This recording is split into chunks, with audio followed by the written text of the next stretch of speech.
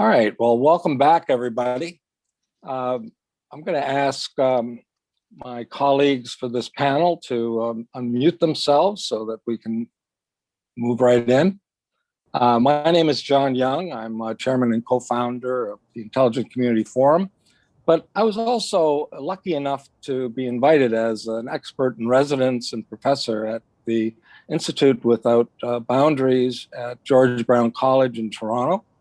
And last year we did a program on ethical smart cities, and this year we focused on a new topic called aging in place. And so we thought we would bring that topic to the ICF family and communities and talk a little bit about what that is and how it might apply to your communities. You know, we have with us Saya Kim, who's a researcher at the Institute Without Boundaries in Toronto. We also have Matt Hexemer, who's an executive design director at Huge Inc., located in Toronto and in New York City, who is also one of the faculty members. And Matt brought with us Irina Kondrashova, who's the VP of strategy at Huge, located in London, England, and in New York City. And, you know, the topic of technology and senior citizens, or as we like to call them, older adults, was a key factor, but it's not the only factor that we need to think about when we're thinking about aging in place. Not only because the technology can help care for them and provide them with the necessities of life, but can also help to improve quality of life. Many of the people who are hipper and very capable ex-geners, they're able to use the technology better than many. So it's not unusual that they're using it to create a better quality of life. So I'm going to pass it on to Saya to kickstart the conversation. Saya? Hi, thanks, John. And I'm just about to share my screen. And I think it is shared. So hi, my name is Saya and I am a design researcher. And over the year, through my postgraduate program at the Institute Without Boundaries, I've been part of a team researching to really understand the needs of older adults and to design and reimagine the future of aging in place. And what's important to address is that, very briefly, why this is an important topic is that in this time and context, what we're finding is that the world's population is quickly aging, and the number of people aged 60 and over is expected to make up about 2 billion in the next 30 years, nearly a quarter of the world's population. And so in Canada and many other countries alike, as the baby boom generation ages, the number of older adults have really outnumbered the number of children. And with the declining fertility rates and life expectancy rates rising, this imbalance of the population will only continue to grow and putting unprecedented pressures on many of our social systems that includes the labor and financial markets, healthcare, housing, transportation, social protection like public policies and pensions, as well as family structures. And so for us to be able to meet the demands and figure out how to better support the aging population, we really have to begin understanding aging more holistically and ungroup older adults from this very general and vague categorization just based on chronological age. And as arguably the most diverse demographic group with varied life experiences affecting their physical, psychological, and social well-being to different degrees, we have to recognize that an individual who is 60 or 70 can have very different needs from someone who is 80 or 90. And in the same vein, you can have one older adult who is 70 experiencing physical and cognitive decline and chronic illnesses, and another who still very much enjoys great health, functioning, and is looking to remain active. So in moving away from this kind of often stigmatizing and prejudiced narrative that older adults are just frail, dependent, stubborn, or burdensome, we have to start becoming conscious about not only what they might need in terms of health, but whether it's desirable and it could entertain them and assist them in their living and daily activities, to meet their personal and cultural preferences and foster their curiosity and enhance ways for them to continue contributing to our communities and seek new experiences. And what we're finding is that technology is one way to do just that, to really help prolong their independence in making sure that the aging process is dignified and they can remain socially engaged wherever that they choose to age. And over the past years, the number of older adults using technology has really been steadily increasing. And in Canada, you can see that 88% of older adults report using internet on a daily basis, and 72 feel confident using current technology. And in fact, studies are showing accelerated adoption rates since the pandemic, where, for example, the number of older adults using smartphones and video calls have doubled in just the past year. And 2 in 3 older adults believe that technology has helped lessen the impact of COVID-19, whether it's maintaining relationships with their family and friends to reduce social isolation, pursuing hobbies, or managing their physical and mental health, as well as to generally stay safe, independent, and active for many in their homes and communities. So this potential of technology to really help enhance the aging process will not only benefit the older adults themselves, but their caregivers, that's including us, their family members, and their loved ones, to stay connected and enhance their aging and care experiences. And so as an ever-growing market, we really have to start paying attention to the specific and unique needs of the aging experience, and for which now I will pass off to Matt to help paint a clear picture of where the technological landscape stands for older adults today. Great, thanks, Saya. And I think I just wanted to start by, giving a little bit of a point of view in terms of where Irina and myself come from working at Huge. We're a user-centric organization, and we don't really discern between digital, physical experiences. But we use research and strategy and technology to help just point us towards what's the best solution for people. And we also have a communications arm that helps us tell the world about those experiences that we create. And underpinning all of that is data. So if we go to the next slide, just a few examples of the type of work we do. There's a product here that's a sustainability product that's in Google Cloud headquarters, driven by data. On the upper left, we've helped transform the used car sales market by designing the Echo Park, which has several locations across the US. In the bottom right, we've also done a lot of work transforming the financial industry and trying to recreate what a local financial branch of a bank might look like, and making it more of a cafe type setting that helps you access information in new ways.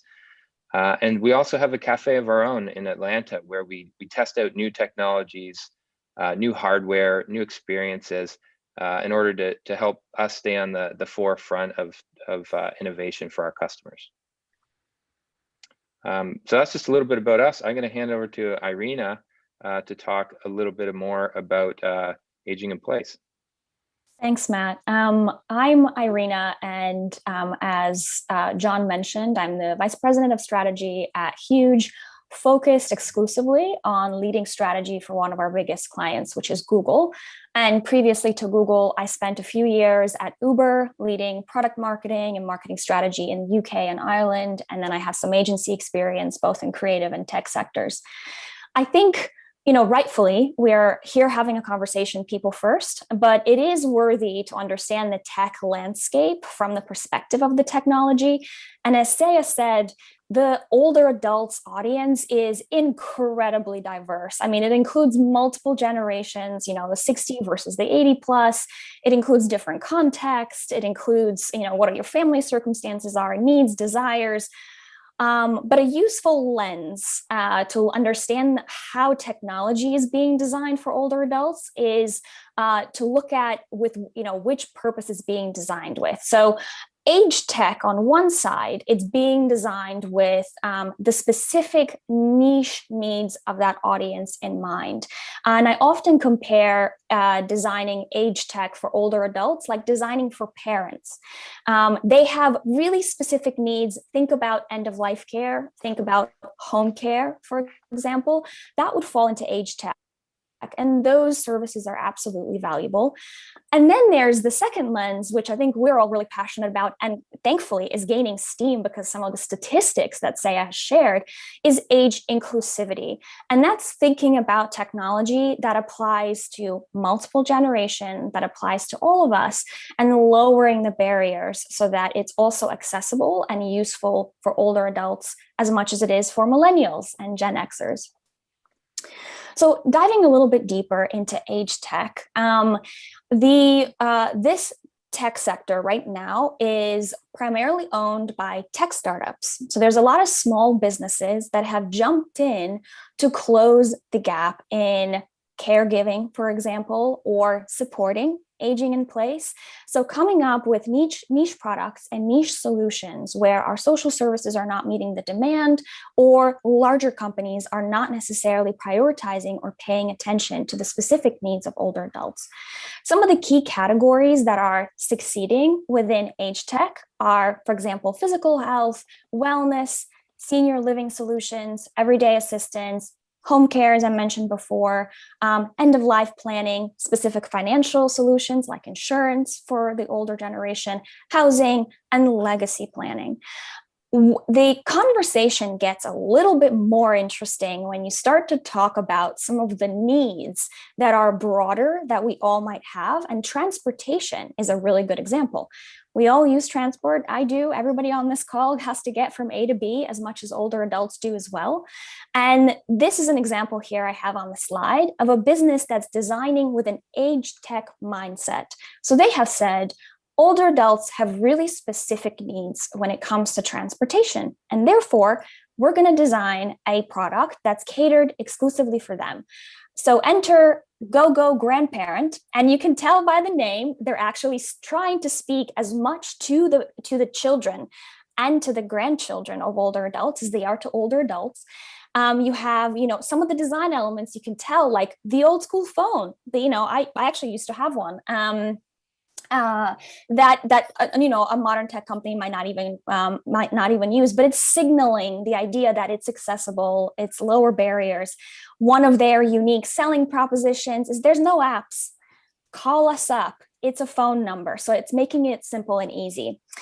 I want to put a pin in this one example and move on to the next slide and talk about, kind of compare and contrast the idea of designing with age inclusivity rather than specifically age tech.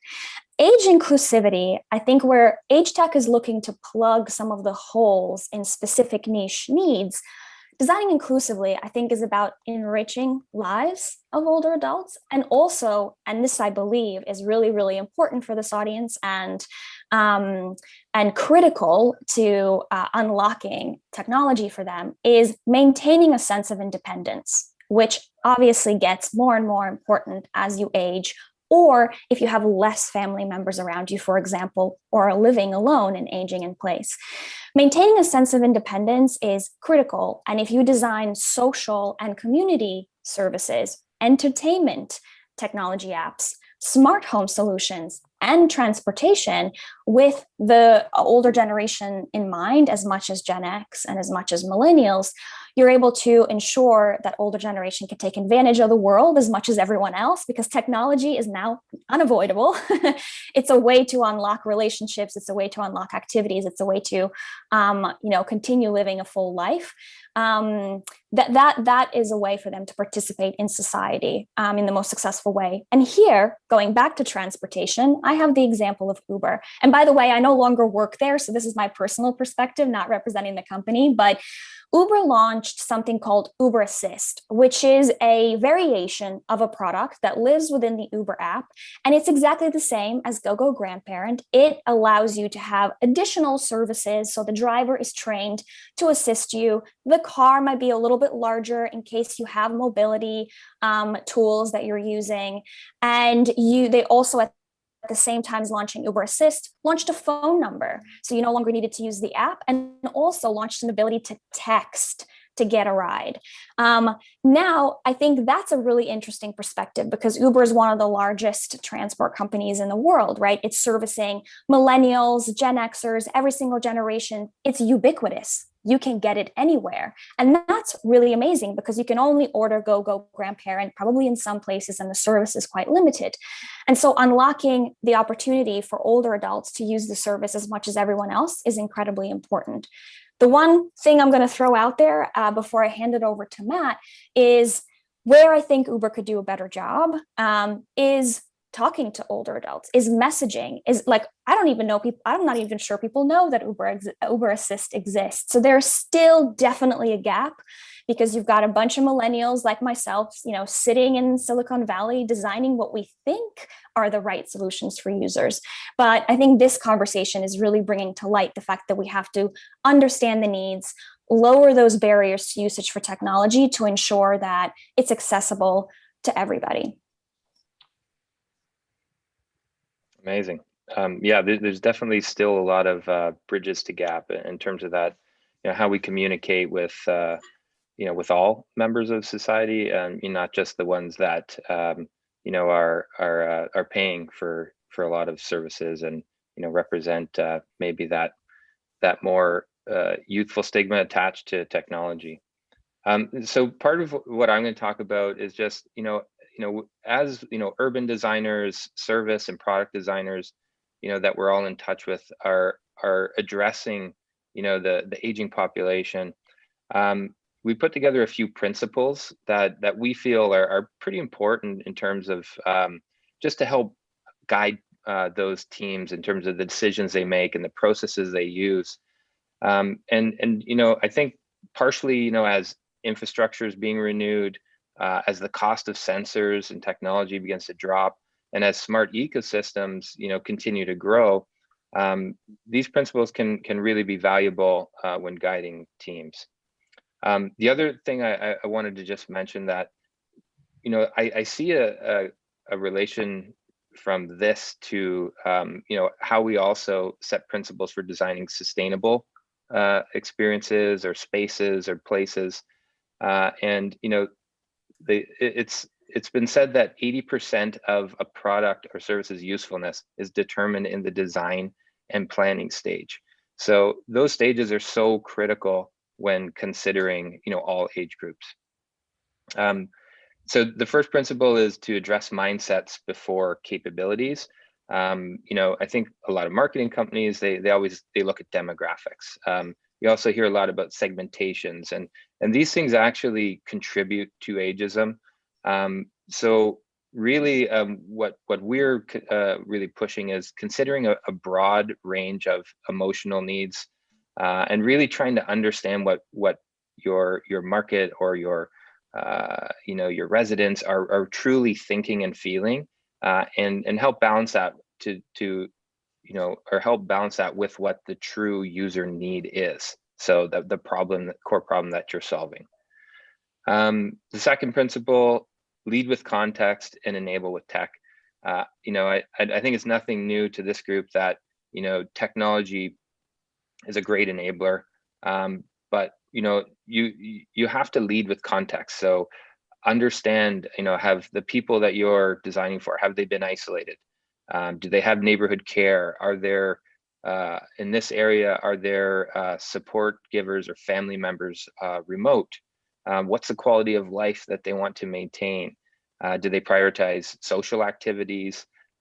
You could imagine designing a food service program for an older market, and just how much cultural background and considerations would really drive the execution of a successful program there.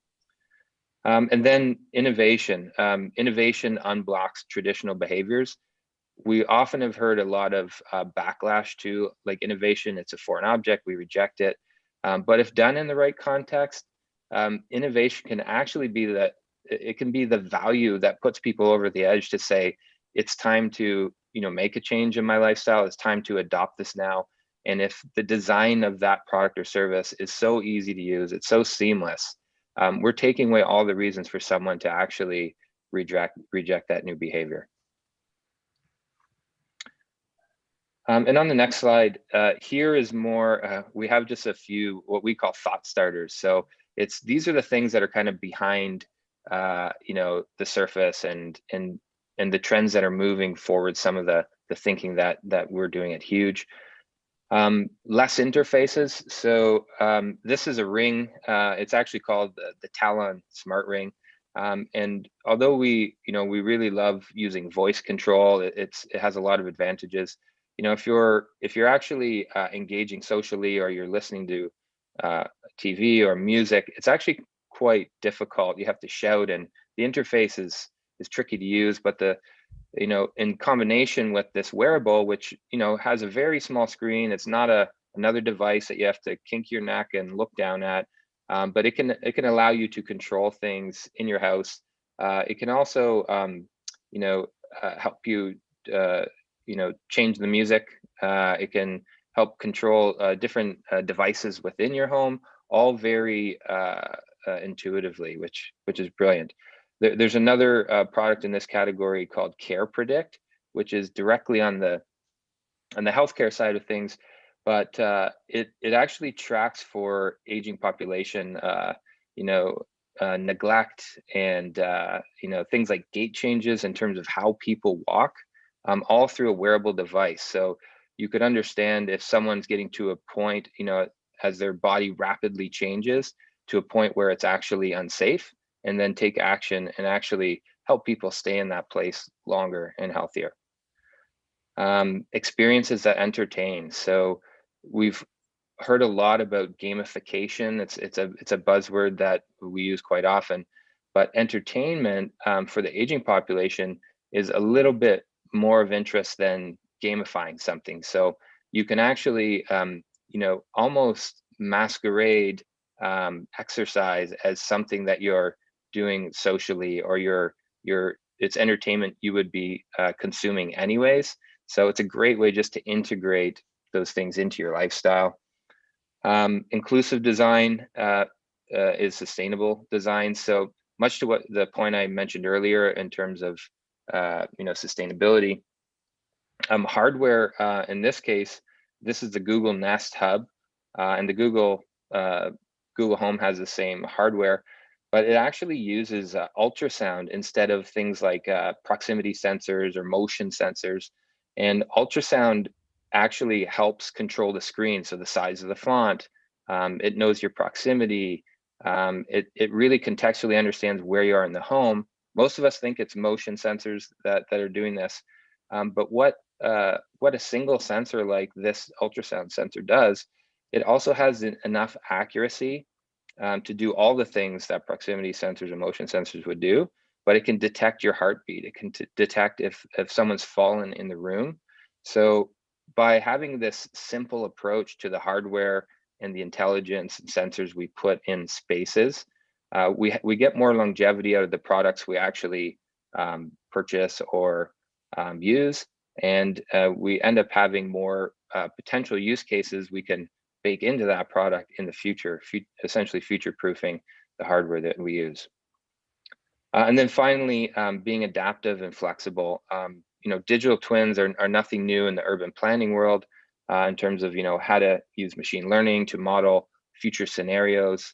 But how can we bring that into model environments that are safe and potentially reduce things like falls, and help us maybe even be proactive in terms of how we manage or adjust the spaces that we live in as we age. It's a very difficult thing to understand. It's a very difficult time in someone's life to pinpoint, this is where we need to make changes in your space.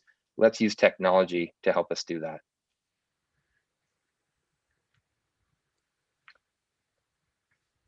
Fantastic. Well, thank you, Matt and Irina and Saya. We're only able to take a couple of questions before we end in a few minutes and go back to our breakout rooms and have our conversations there. But I do have one specific question for you. But before I do, I want to shout out to some of the students who've joined us. And also, I see that Barbara Bizrov, who is one of our advisors, has joined us as well. She was one of our older adults who participated. So thank you for joining us, Barbara. So Matt, Irina, and Saya, you talk about principles of inclusive and universal design. But are they really proven to be successful in helping to lower the barriers for these older adults? Have you found examples of this? Can you speak to it a little bit more? Yeah, I can take that one, sure. And maybe I think Saya, you have some examples. I could kind of tell by the look on your face. But one of the things I just wanted to mention was there's always a bit of a tension between universal solutions and age-specific solutions, and I think that's okay, because as long as we consider, like, we're always trying from both ends to be universal, we're going to get better. There may always be a specific product that is needed for a specific need, but if we're considering a broader user group, that product or service is going to be easily understood by the user. It's not going to be new behaviors.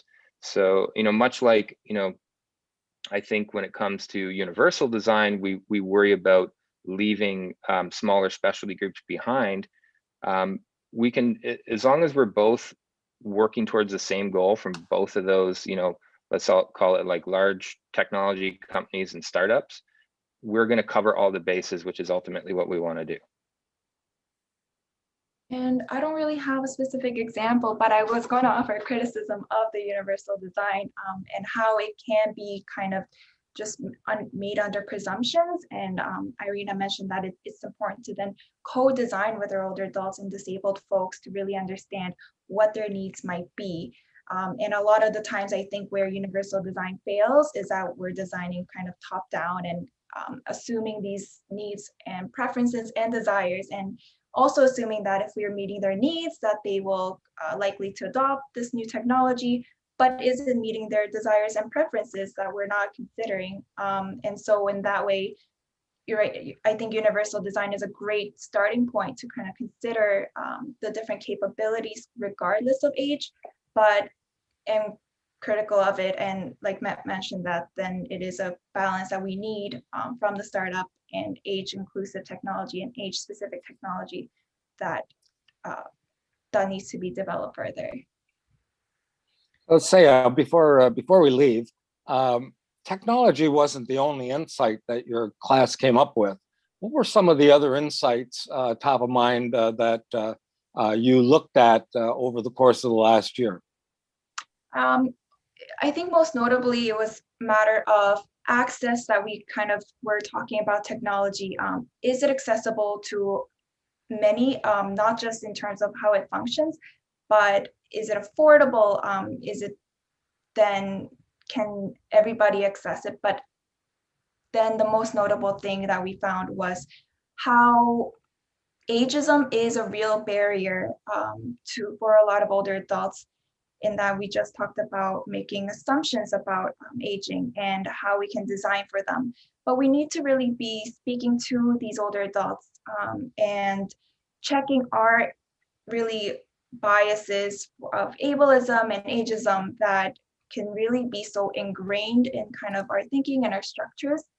And there were so many notable insights, but I think for us to really begin having a genuine conversation, really start talking to our older adults and see how our ageist bias, are stigmatized, and prejudices are affecting the way we are serving the aging population. So Matt and Irina, any last comments that you'd like to make before we go into our breakout rooms?